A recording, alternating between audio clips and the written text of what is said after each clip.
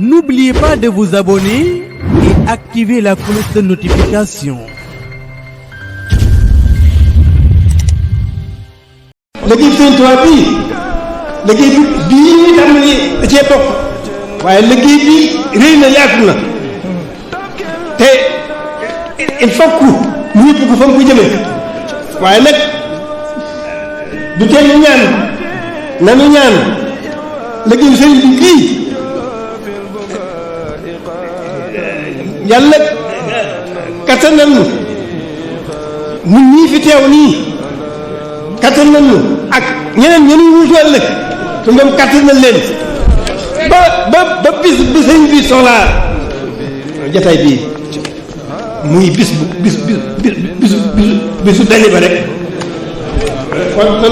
ci barke sëriñ bi ñu ñëw liggéey bii ñu nekk ñi fi teewee ñu ko teewee nii ak ña ñëw ëllëg muy bii liggéey bu mu laal suuf mukk nañ leen bu mu laal suuf mukk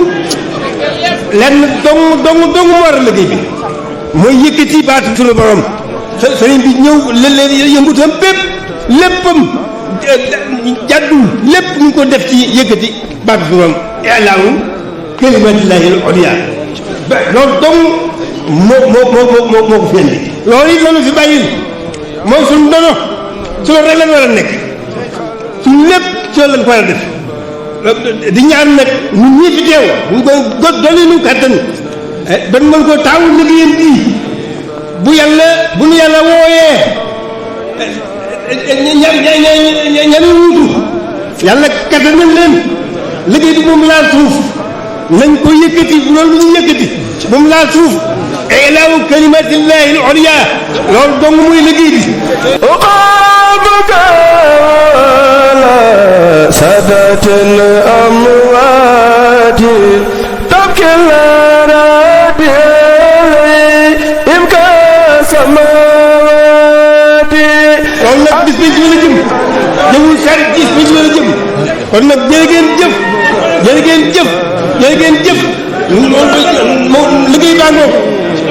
ngoog ñaan dong lañ ci dolli yàlla kattan nañu ak ñu mën a wuutu yàlla kattan leen ñoo ñëw wutu ñooñu yàlla kattan na leen liggéey bi na te nu taawu ko bu mu laa suuf mukk ilaahu kalimatillahi al-ulya ba bis bi ci ba waaw ba bis bi ci ba fa Sëñ Tuubaa di demoo